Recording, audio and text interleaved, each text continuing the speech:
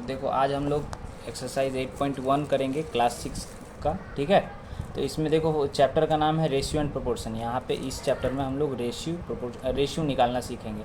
सबसे पहला देखो जैसे क्वेश्चन है, एक्सप्रेस करना है रेशियो को सिंपलेस्ट फॉर्म में।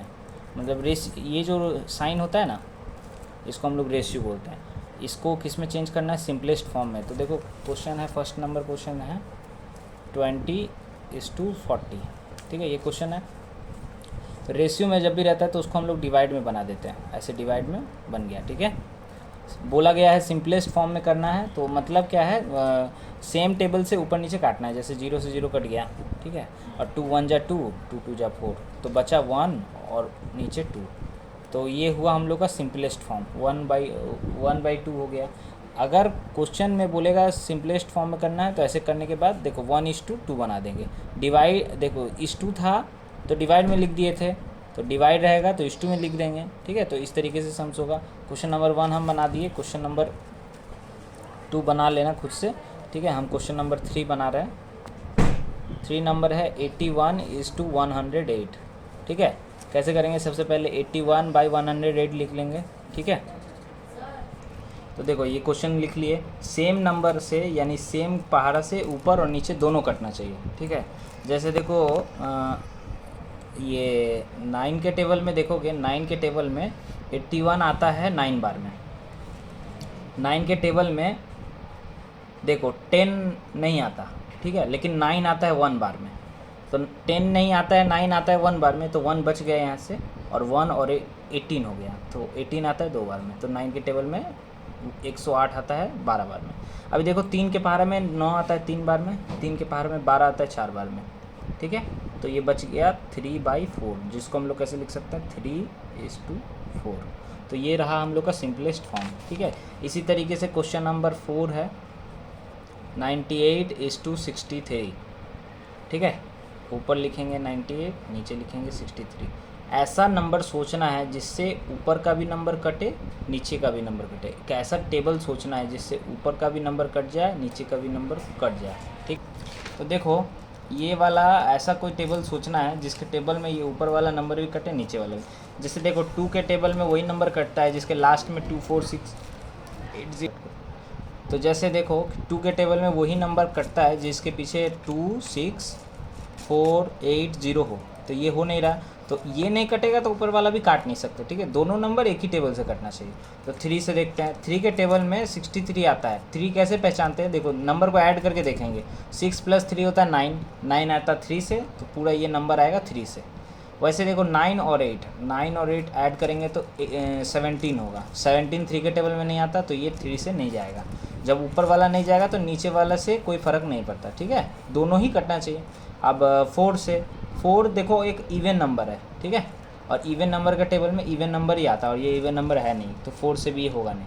5 के टेबल में चेक करने के लिए 0 और 5 आना चाहिए, 0 और 5 है ही नहीं, तो 5 से भी जाएगा नहीं।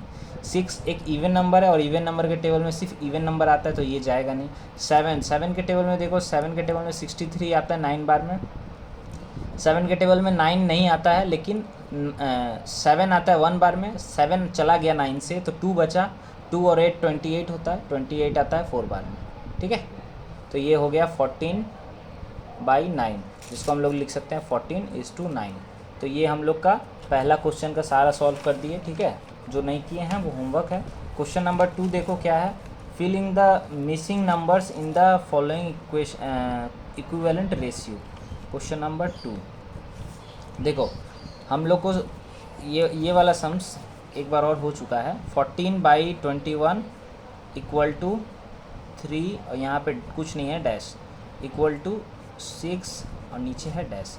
देखो 21 से सीधा 3 बन गया, नंबर छोटा हो रहा है, ठीक है। जब छोटा होगा मतलब डिवाइड हुआ है, ठीक है, छोटा हुआ है तो मतलब डिवाइड हुआ है। तो देखो 21 3 से डिवाइड करके देख लो कितना आएगा, 7, क्योंकि 3 के टेबल में 21 7 बार में आता है, तो बच गया 7। तो जब इससे हम डिवाइड किए हैं, ऊपर वाले से भी डिवाइड कर लेंगे, तो 7 14 के टेबल में कितना बार में आता है? 2 बार में। तो ये ऐसे होता है, ठीक है। फिर से देखो, जैसे 2 से 6 बन गया, 2 से 6 बन गया, यानी बड़ा हुआ है यानी मल्टीप्लाई हुआ है। तो 2 से कितना को मल्टीप्लाई करेंगे कि 6 आएगा? 3, क्योंकि 2 इंटू 3 6 होता है। तो इसको भी 3 से मल्टीप्लाई करेंगे, 3 3 जा 9। इस तरीके से ये सम्स होता है, ठीक है। और एक सम से क्वेश्चन नंबर 2 भी है 2 का, वो भी कर दे रहा है। 15/18 इक्वल टू 6 ऊपर में डैश इक्वल टू 10 नीचे डैश है इक्वल टू 30 ऊपर में डैश है, ठीक है। ये है क्वेश्चन। देखो ध्यान दो, क्वेश्चन में देखो 18 से 6 यानी छोटा हुआ है तो डिवाइड कर लेंगे। 6 के टेबल में 18 कितना बार में आता है? 3 बार में, ठीक है। तो 3 को ही 15 से डिवाइड कर लेंगे। 3 को 15 से डिवाइड करेंगे तो 3 के टेबल में 15 कितना बार में आता है? 5 बार में। तो यहाँ पे होगा 5, ठीक है। फिर से देखो छोटा नंबर से बड़ा नंबर बन गया है, ठीक है। छोटा नंबर से बड़ा नंबर बन गया है। 5 से 10 यानी छोटा से बड़ा होता है तो मल्टीप्लाई। तो 5 के टेबल में 10 कितना बार में आता है? 2 टाइम्स में। तो 6 को भी 2 से मल्टीप्लाई करेंगे। 6 इंटू 2 12। देखो छोटा यहाँ पे 30 दिया हुआ है,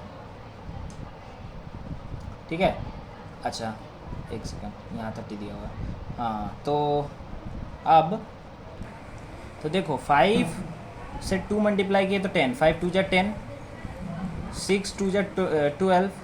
देखो 6 के टेबल में 30 कितने बार में आता है? 5 बार में, ठीक है। 6 5 जो 30 होता है, तो 5 5 जो कितना होगा? 25, ठीक है।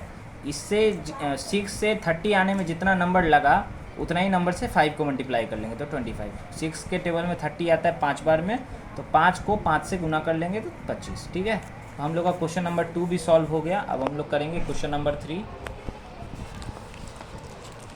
कर रहा है रिकॉर्ड, हाँ। देखो क्वेश्चन नंबर 3 है, ठीक है। क्वेश्चन नंबर 3 में देखो, find the ratio of each of the following in the simplest form. हम लोग को ये जो सिंपलेस्ट फॉर्म में है, इसको रेशियो में लेके जाना है। क्वेश्चन नंबर 3 का 1, ठीक है। क्या है? 2.1 मीटर टू 1.2 मीटर। तो देखो सबसे पहले इसको रेशियो में लिख लेते हैं। 2.1 मीटर बाई 1.2 मीटर, ठीक है। देखो मीटर से मीटर कट जाएगा, ठीक है। और हम लोग सीखे हैं पॉइंट हटाते हैं। देखो जब पॉइंट ऊपर का पॉइंट हटता है तो नीचे पॉइंट के लिए 1 और पॉइंट के बाद एक डिजिट है तो 1 0। नीचे का पॉइंट हटता है तो ऊपर 1, पॉइंट के बाद एक डिजिट है तो 1 0। तो ऊपर क्या बचा? 21 इंटू 10 और नीचे बचा 12 इंटू 10। तो इसको अच्छे से लिख देते हैं, 21 इंटू 10 बाई 12 इंटू 10। 0 से 0 कट गया।